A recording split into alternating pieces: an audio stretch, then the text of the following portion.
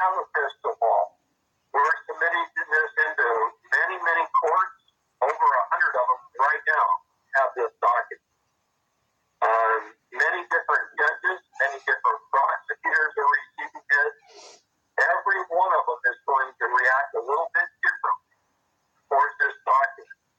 Now, in the end, if you take the document far enough, you continue to stand, you don't submit, you will win with this document. But you may have to be prepared to take it farther than others. Okay? Sometimes the minute the court receives this document, they just dismiss the whole thing, and they don't want any part of it. And sometimes they don't. So we will teach you what to do with this document, what additional paperwork can go with it as it moves up the ladder until your case is dismissed. We're here for the long haul.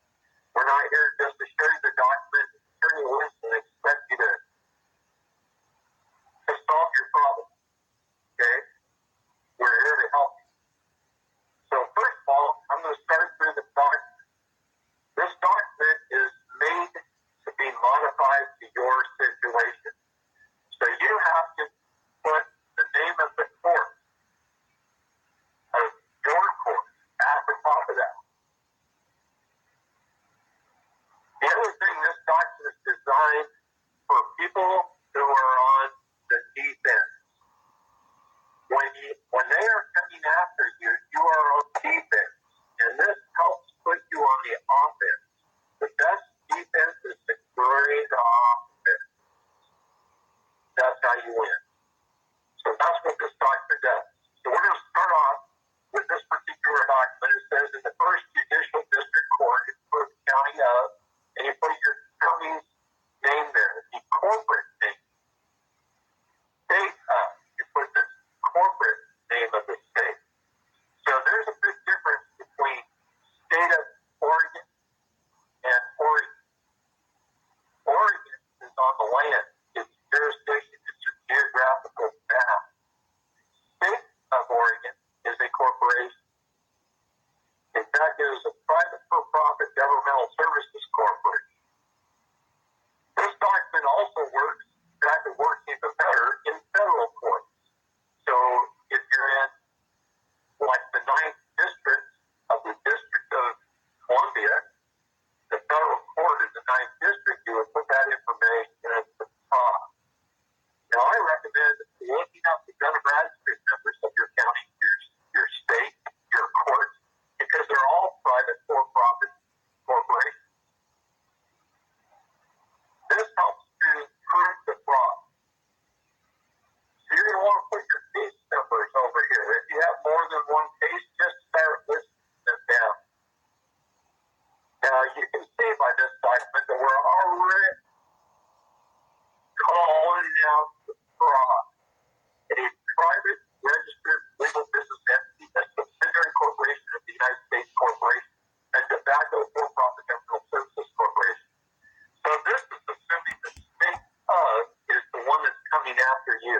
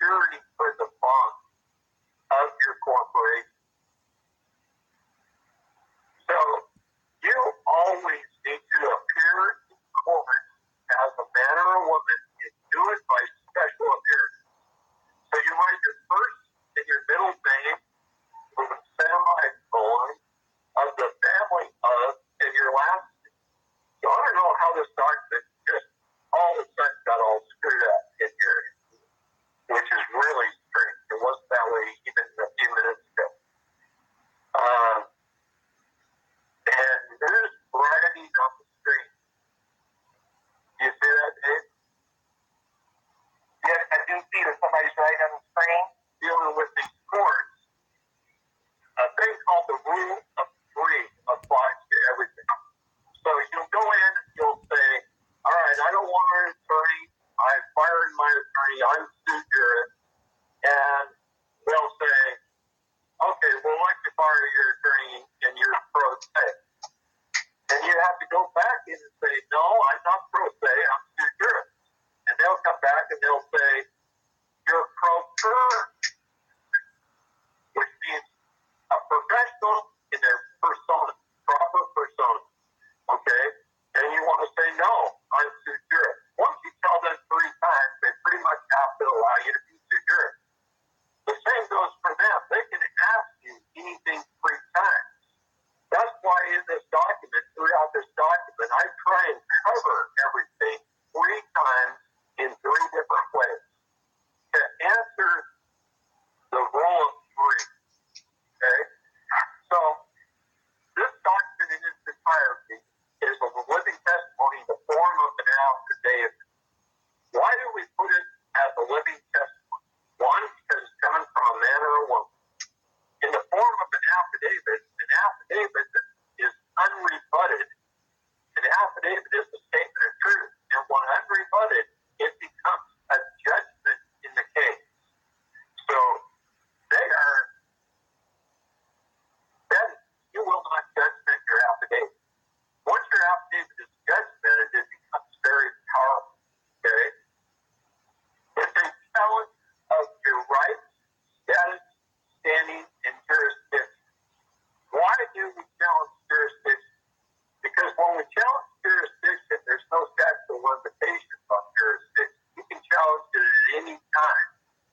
And when you challenge jurisdiction, a court can even determine its own jurisdiction. And you're going to see as we go along that it is up to you to determine your jurisdiction.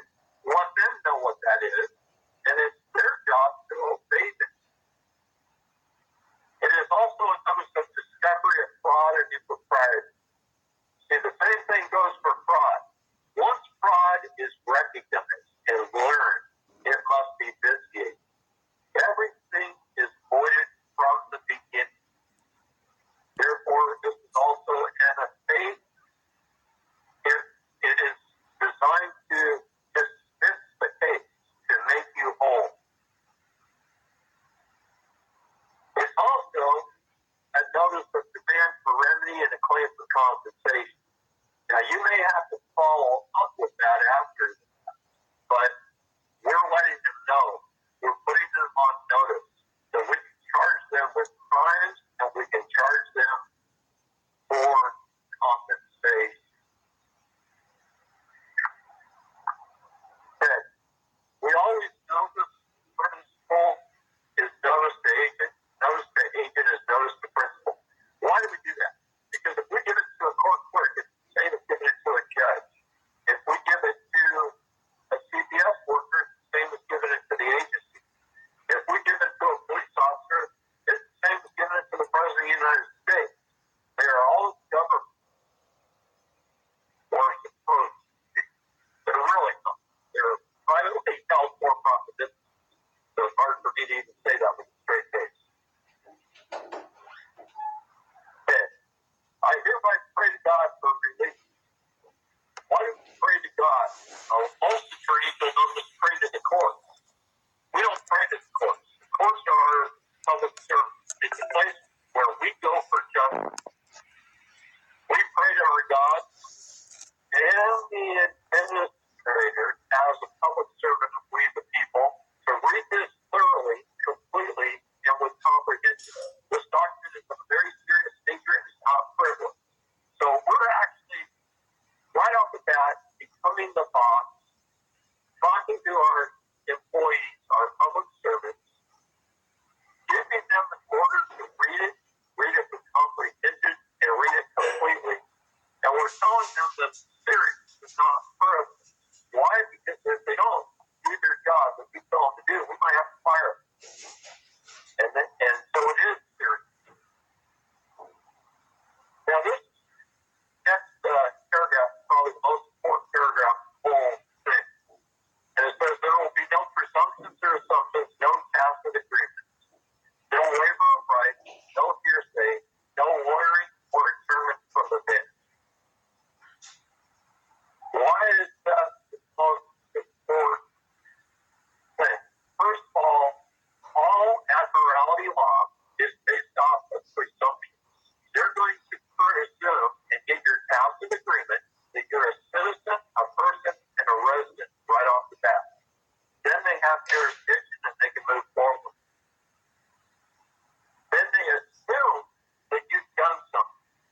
that you were a drug dealer when you're not, or you've been taking drugs when you didn't, or you were drunk when you weren't, or you're driving down the road in a motor vehicle, you're traveling in your automobile, okay, or you beat your kid when you did.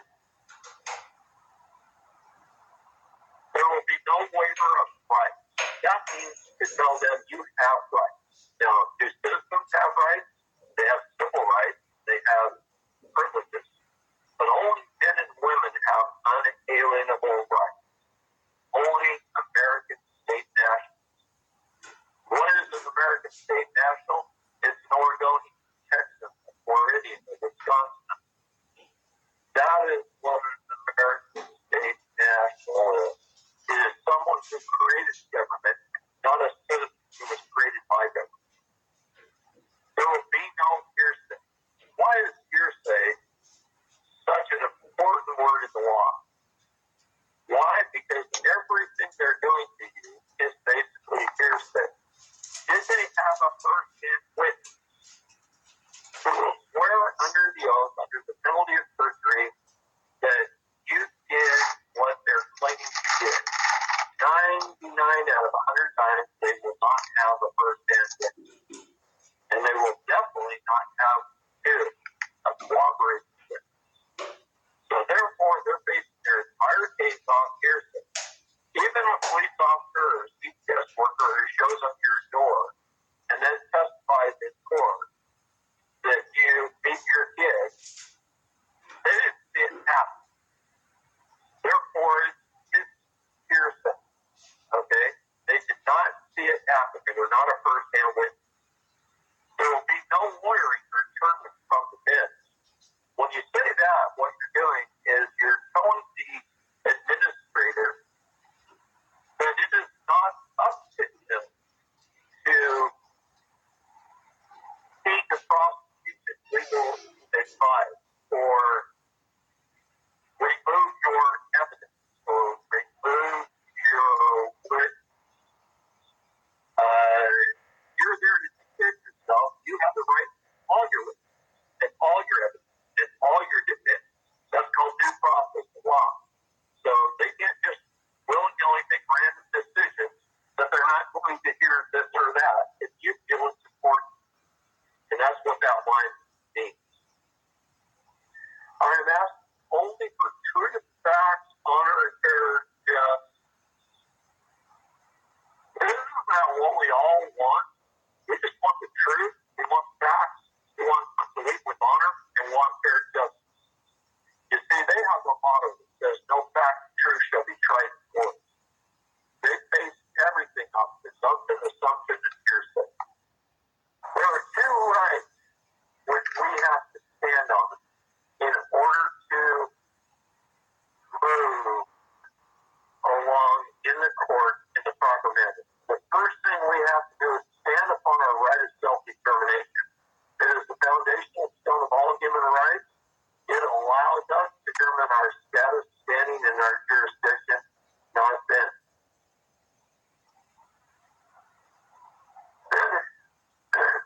We invoke our right of redress of grievances.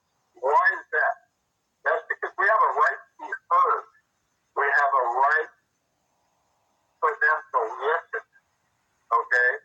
And we have a right to say things and bring us back that they're doing wrong without retribution or punishment, as long as we stand firmly upon that right of redress of grievances.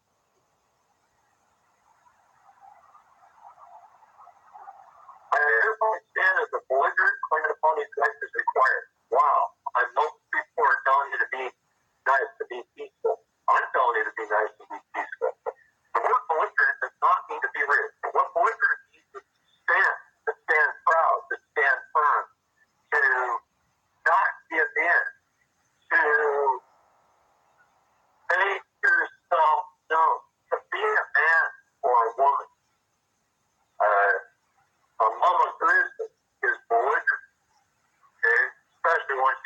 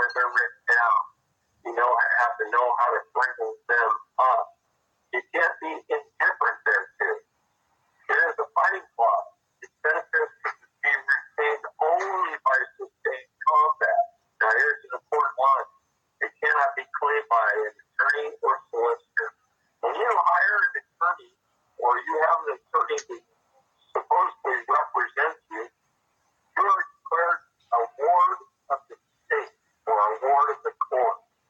You are incompetent, unable to speak for yourself.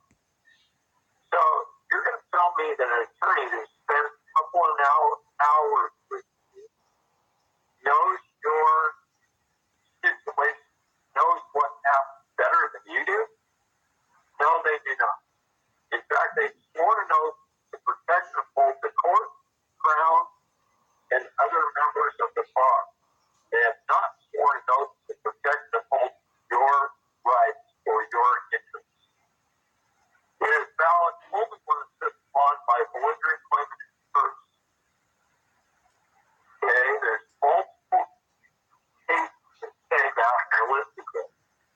Now I'm going to skip some of this just for the sake of time, because what we're doing is we're just hammering that home to them. Okay, we want to make sure they know what we're talking about. The only thing necessary for evil triumph is for good men to do nothing. And that's what century is. They don't expect us to be interested in sports and football and TV shows and music and to play video games and not stand. We need to stand up. If we want to change this world and stop them from taking our neighbor's kids or our kids or rolling over us, we have to stand up. The presumption of liberty, rights we retain for ourselves, freedom lies in everyone's heart, but it must be more than just lies in it. Just to hold on. Okay, now, I bring up a couple of things. I'm not a big fan of the United Nations, but I am a big fan, I've said this before, of their human rights department, because they're bringing it forward into the world stage, and it's our government that are ignoring it. So, I do an act here from the preamble of the Universal Declaration of Human Rights, and I put the preamble for the International Covenant on Civil and Political Rights. Why? Because these are treaties the United States has signed. In fact, 174 countries have signed these treaties. Treaty is supreme law. Our Constitution and our treaties are supreme law. All of our state constitutions and our federal constitutions and any treaties. Superior law is God's law. So I also use God's law throughout this document. By the grace of God Almighty, and through the supremacy clause of the Constitution, and the lawless treaties of supreme law, it is I alone who shall determine my status, standing, honor, and jurisdiction.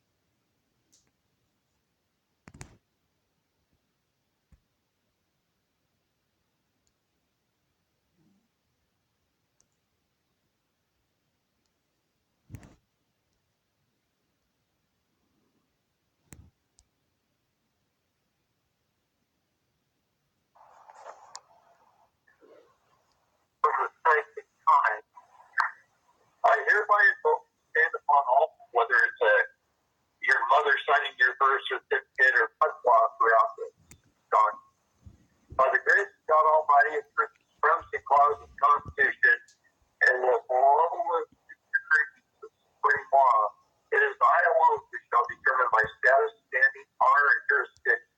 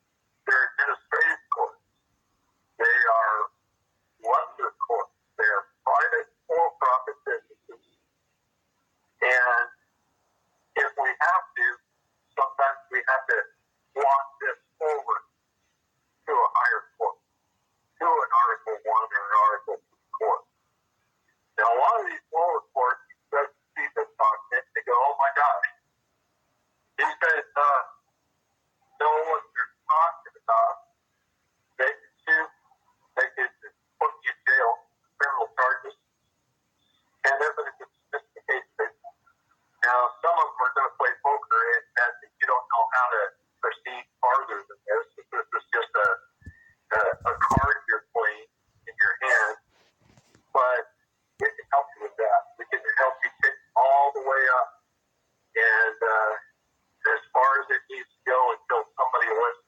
Because like I said at the beginning, we're dealing with individuals. We don't have crystal balls. We don't know how each individual is going to react. We don't know what poker hand they're trying to play. Okay? I hereby invoke and stand upon all my natural rights given by my God, which are written in the documents listed below. This is just a partial list of documents that your rights that you have are listed in. So there's various rights all the way through all of these documents. And there's more. There's many more. I could have went on for a couple of pages. So what does this tell you? It tells you that you have a lot of rights that you don't even know about. You don't know where to keep from. You don't know where they're written down. If you're not standing upon them, if you stood upon them and you know what to say, then these guys can't bother you. Okay? In fact, once you show them your proper papers, they're not even allowed to speak anything for them. You have limited diplomatic immunity. So the next paragraph says, I hereby forever stand firm upon these natural rights, giving the free hand of God, one of we the people, the state national, limited diplomatic immunity is privileged to even mention, and that he has done no harm to another. If you have unknowingly harmed another, let that person come forward. Now, Wendy man, woman, or child come forward under oath, under the penalty of perjury, and then you can ask for repentance, seek forgiveness, make amends, or rebut. And that gives you the opportunity for justice. Somebody is actually claiming that you did something wrong to them. And they need to come forward. And that way it gives you a chance to defend yourself or make amends. And I go through the state didn't really create anything that is real and living. It was God who created me. It was God who endowed my parents with the ability to co-create with Him to bring me into this world and to raise me. The government public servants are trustees. I am the beneficiary. One of we, the people, creators of government. Now, what the Constitution has to say about our rights. And then I go into Bill of Rights of the Constitution. I'm not going to read that all to you. You need to read it. You need to understand it. You need to know your rights. You need to know where they're written down, and you need to know to bring them up. One of the rights you have is no one has a greater right to their child than you do. Not the government, not CPS, not some family you don't know or never heard of. No one has a greater right to your child than you. So you need to stand up and demand that right and keep your kid under your arm.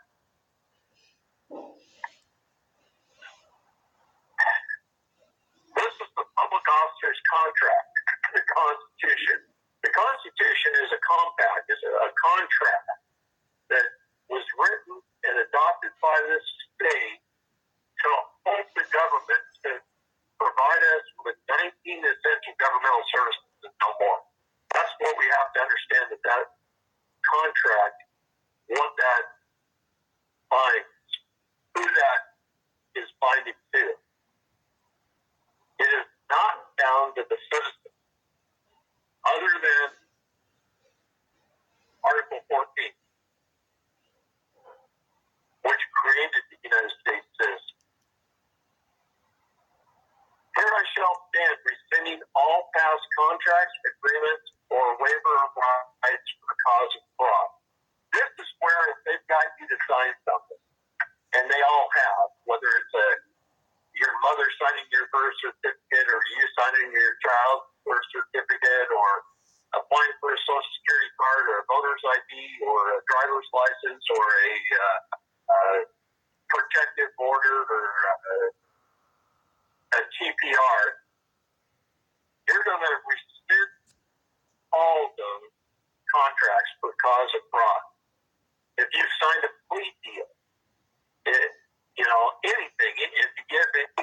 of attorney to someone.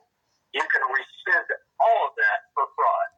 Why? Because there was no full and honest disclosure. No meeting of the minds. This is where your first middle is separated by a semicolon in your last name because you're talking about the living man or woman.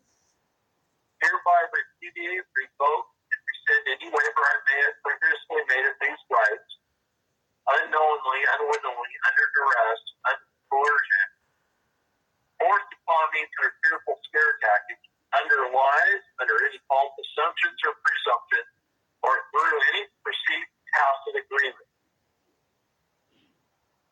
We talked a little last time about tacit agreement. Hopefully everybody understands what that is. It's simply, usually without you even knowing it, a police officer or a judge gets your tacit agreement of you being a citizen, a person, or a resident within the first 60 seconds in a courtroom or walking up to your window of your car.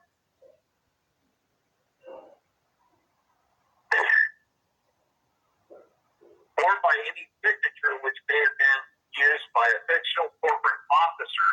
That's you. That's you being a fictional officer of your corporation, that entity that was created upon your birth for office.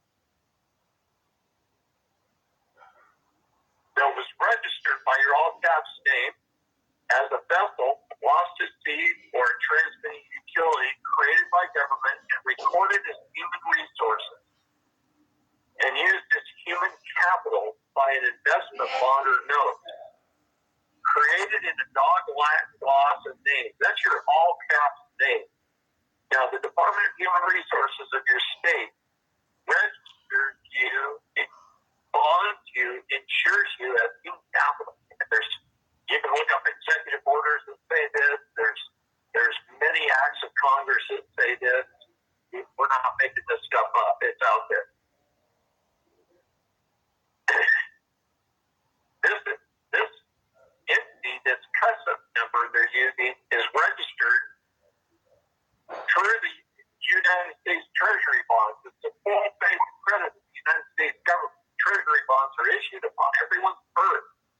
They're bundled into an LEI and regulated by the SEC. And you can look those up in Fidelity or GMEI Utilities website. Now, we have the unlimited right to contract. These contracts can be made with anyone. As a man or a woman, we can contract with anyone we want to contract with. We just need to make sure that that contract is fair, honest, has full disclosure, and it meets the 8 elements of the contract, which is listed later on in this talk. I'm going to skip a lot of this stuff in here. I expect you guys to read this over and over and over and over so that you know it. Okay? They cannot take away anyone's right to contract. A right to contract is a property right. Okay? But we can rescind the contract that they have given us that they did not give us full and honest disclosure of. And they lie about everything. Everything. They just say, oh, you just need to take this drug test. You just need to pass this competency hearing. You just need to do this or that, and then we'll return your kid. And then 18 months goes by and it's yard.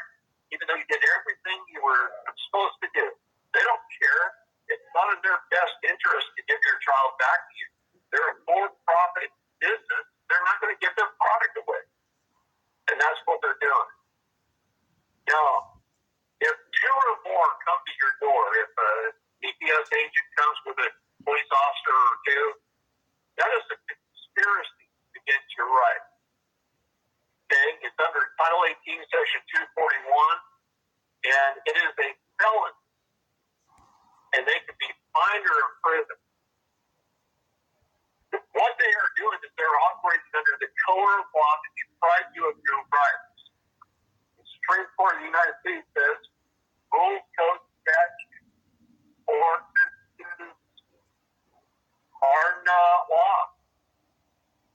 They are not law. Think about that one for just a minute. All these things they're telling you are law are not law. They're corporate bylaws. Therefore, employees of the corporation that follow.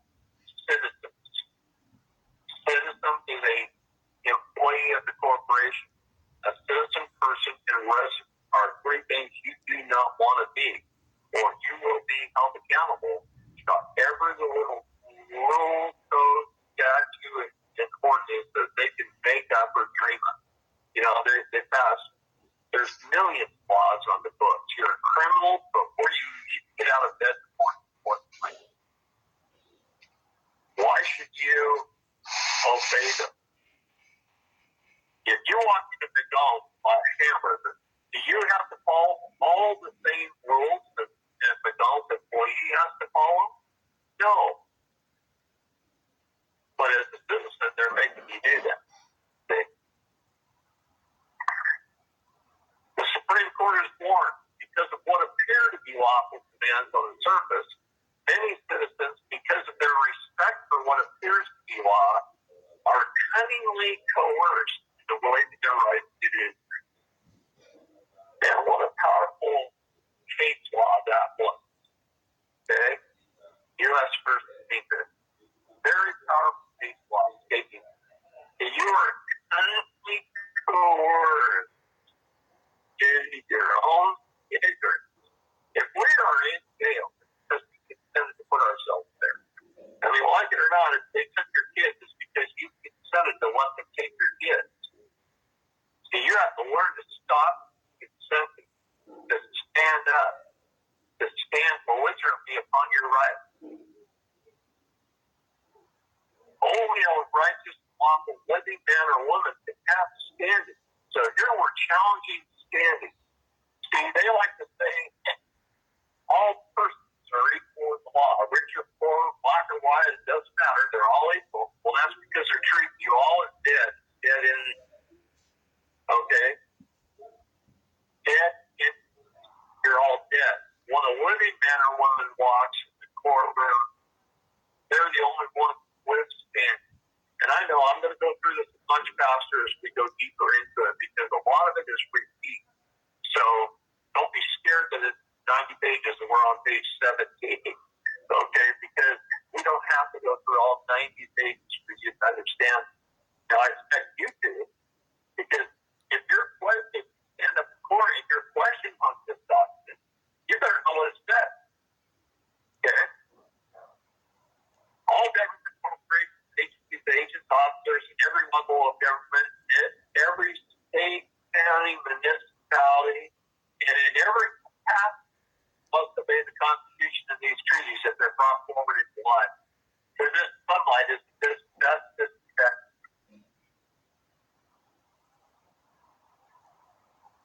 In Genesis 2:7, and the Lord God formed man of the dust of the ground and breathed into his nostrils the breath of life, and man became a living soul. That is what we are. We are a living soul. Our body is going to get buried, it's going to return to dust.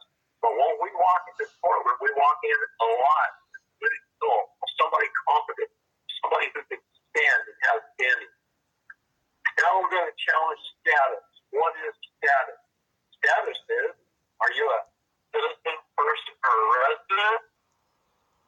Or are you a we the people? Are you a state national?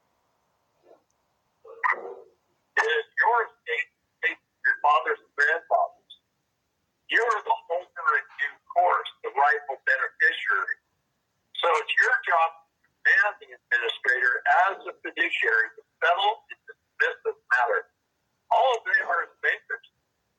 A court is a bank, a judge is a banker, a court clerk is a bank teller. If you're indicted, that's known as a true bill. If you can't pay the bill, you're brought up on charges. If you can't pay the charges, they're holding your body as surety for the bond. If you can't pay the bond, they're going to collect from your Social Security trust, your birth bond. Everything is a banking term.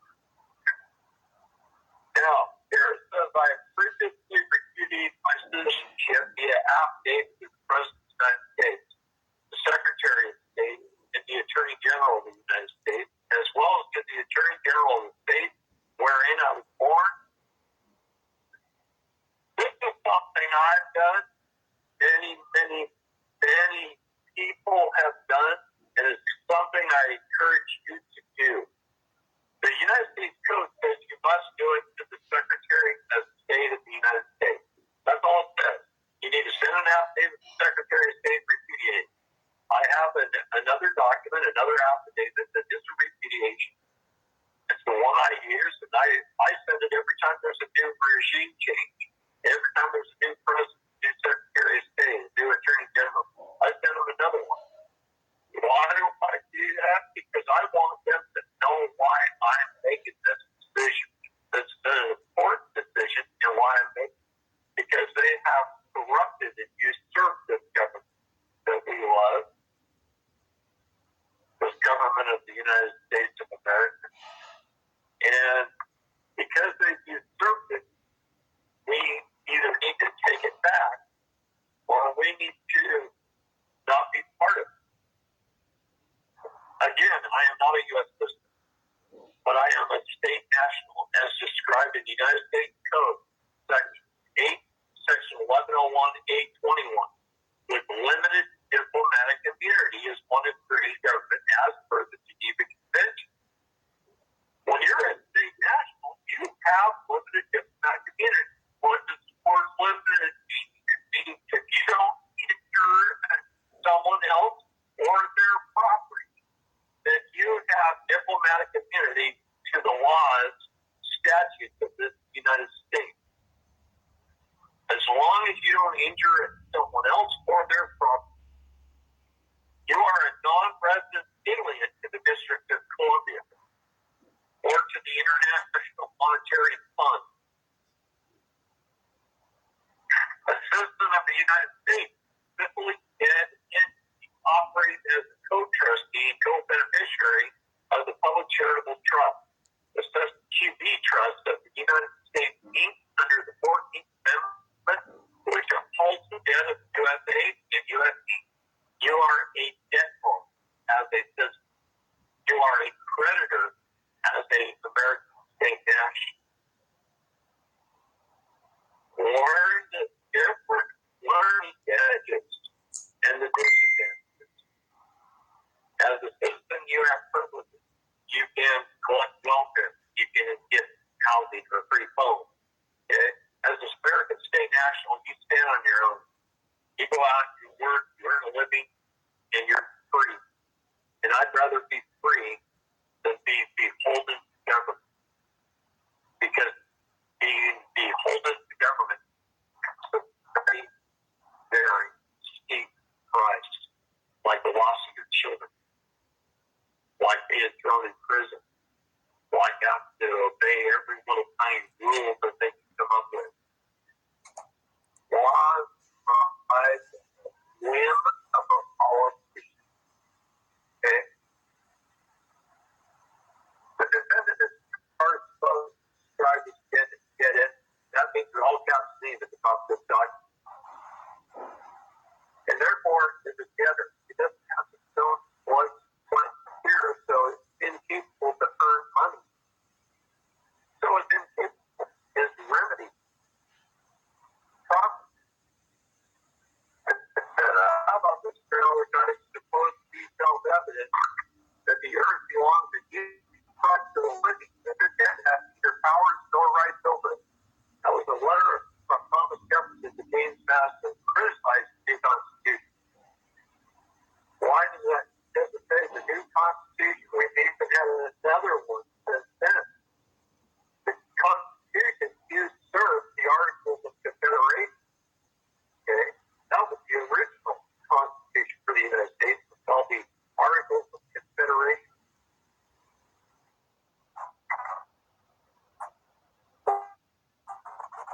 I have awakened to the fact that his eye, the living man, his blood, sweat, and tears of his labor, the man, has been fraudulently held as surety as the debtor, when in reality it is I, the true holder in due course, and the creditor.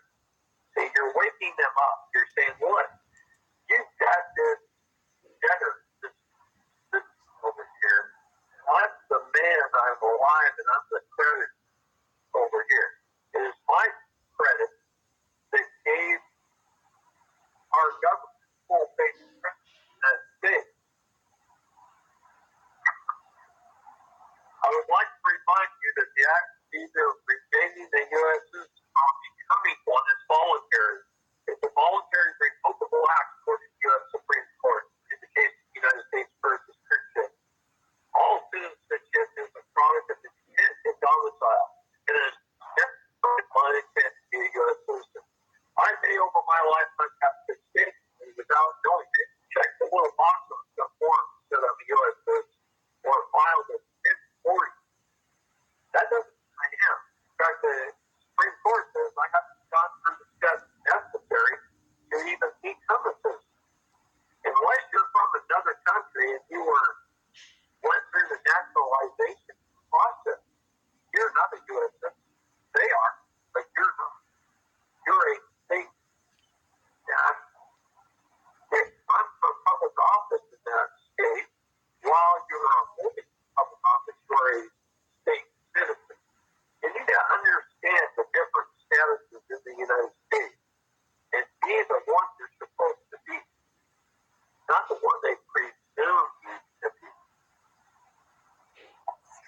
we challenge jurisdiction? This is something many people do not understand. But in Genesis 1:26 through 28, God gave mankind dominion over 3 jurisdictions: the land, the air, and the water, and everything therein. That became the origin of law. Land, air, and water is law. Land is common law. Air is ecclesiastical law. Water is admiralty law.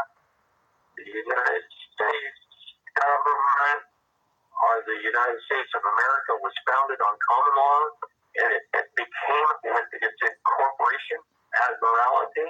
And for a time there, they used both, and now they are pretty much all admiralty law. The common law exists within us as the people. I know this might be confusing to some, but it is very important to learn this. The first 3 testamentary trusts set aside the jurisdiction of the land, the air, and the water. That's a great way to understand the true meaning of the word jurisdiction, is to understand how it is set aside. Okay? And this explains it thoroughly. Definition of jurisdiction. Juris means law or right law. Diction means words. The words you use determine in which of the 3 jurisdictions you stand. You see, we are not well educated through the government public school and its public propaganda educational system. We learn only what they want us to learn.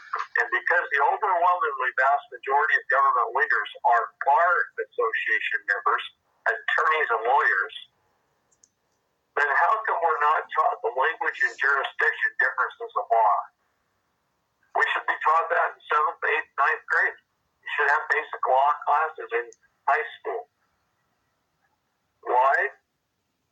Because without a basic knowledge, we can't get by in this world. We're taken advantage of. We're taxed. We're taxed every time we're going in a courtroom. If you don't believe me that it courts your banks, go sit in a traffic court for 4 or 5 hours, and every time somebody walks up before the judge and he's fined $300, $190, $975, $1,150, just write those amounts down on a piece of paper and add up how much that thing collects in tax and in profit in a 4-hour period of time. I did that in a small town named Redmond, Oregon, and I sat there for 4 hours and I wrote it all down, and it was over $30,000 that court collected in 4 hours. Pretty good gig to get it, okay? So,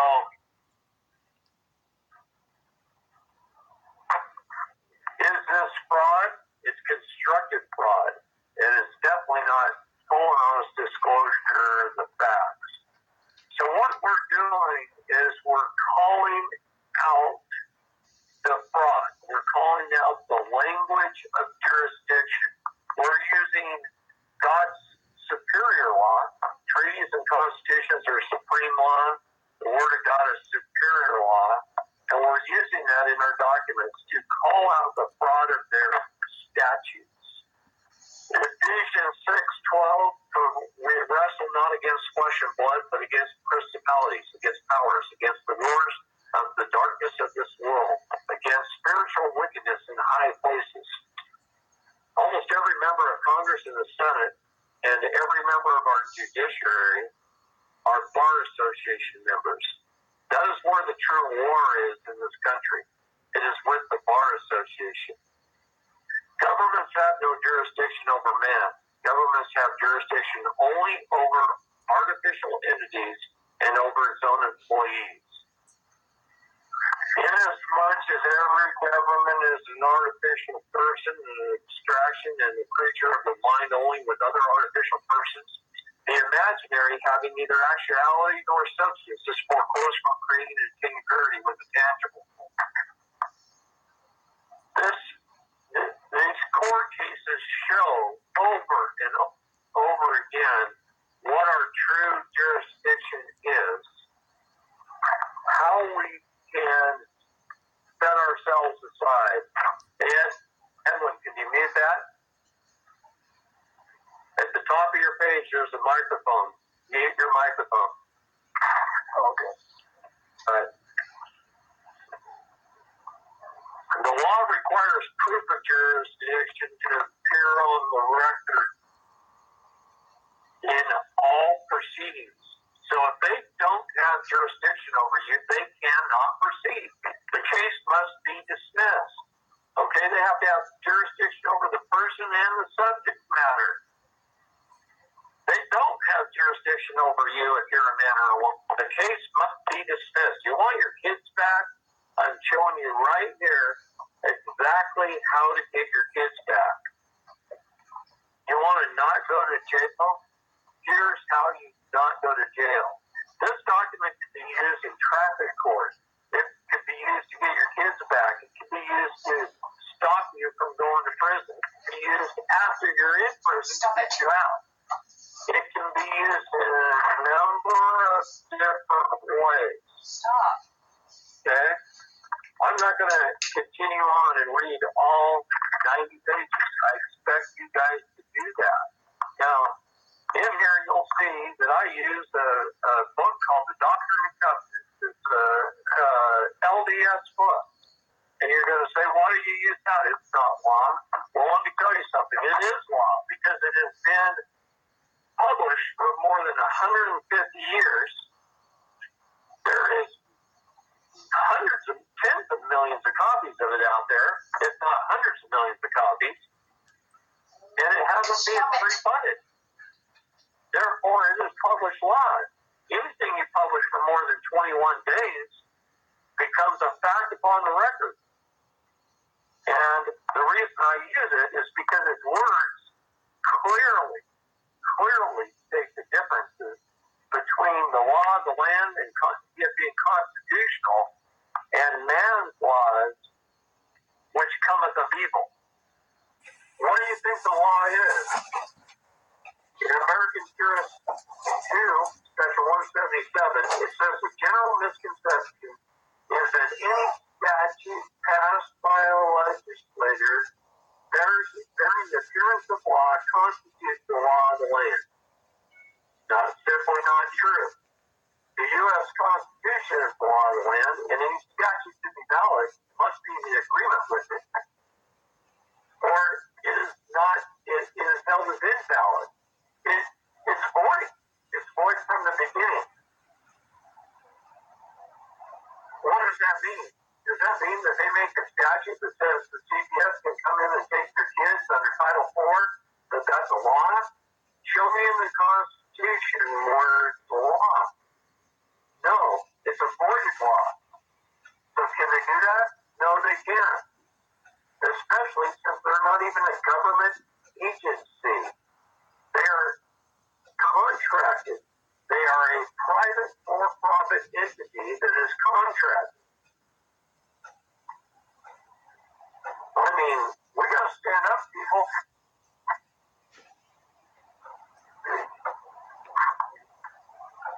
A void act cannot be consistent with a valid one. An unconstitutional law cannot operate to supersede any existing valid law.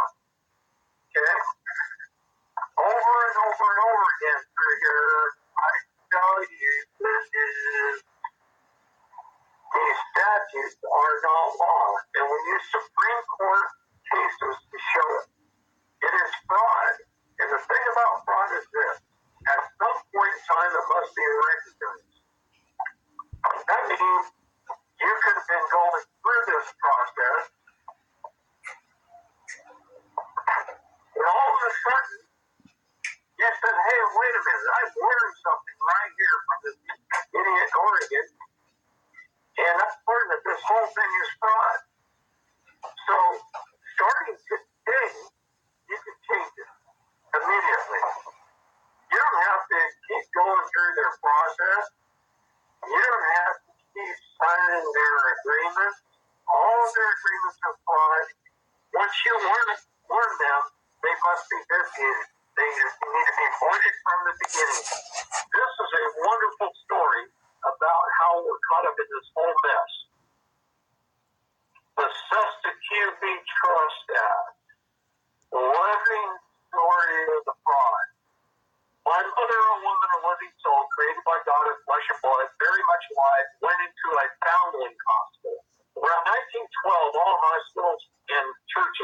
United States were designated as foundling hospitals. The definition of the word foundling is a safe place to abandon a child. How does that make you feel? So she went into the foundling hospital believing she would get care, but instead was falsely declared indigent and a pauper. As part of foundling, being a safe place to abandon a child means you're indigent and pauper. You can't afford to take care of your baby. Then, having recently undergone the extreme duress of a major medical trauma known as childbirth, and under the influence of painkillers, anxious to go home to a comfortable bed and pursue a happy life with a beautiful newly born baby, she fills out some dubious and unexplained forms put before her. She is just told that it's just to give the baby a name and register it with the state. That's all she's told. No full and honest disclosure. So by the presumptive tacit agreement of government, she's coerced into signing them as an informant. If you look on your birth certificate line, you'll see the mother signed as an informant. The legal definition of the word informant is one that gives someone up to another. You're giving your baby away to the state to be registered, bonded, insured, titled, giving up the title to your child. Then they just send it home with you, and someday down the road, if they don't like the way you're taking care of it, if you're not keeping your house clean, or you put a bruise on it, or you don't send it to school, or you don't get it vaccinated, they can come into your house without any due process of law, no warrant, no nothing, and take your child, kidnap them, because they have title. They own them. You don't own them. So think about that for a little while. As a citizen, a person, a resident, by historical definitions are, citizen means city employee. Person is a dead legal entity or an office of person. And a resident is someone there temporarily to do business, which means you're in admiralty jurisdiction right from the get-go. And my innocent mother, thus failing to recognize the lifelong consequences of her action, as there was no full and honest disclosure or any meeting of the minds, which vitiates any contract, by the way. This form that my mother signed was fraudulently used to create a document of title, a bond, a insured security, was sent to the Department of Human Resources, registered as human capital. Slavery, jointly by the foundling hospital and by the state.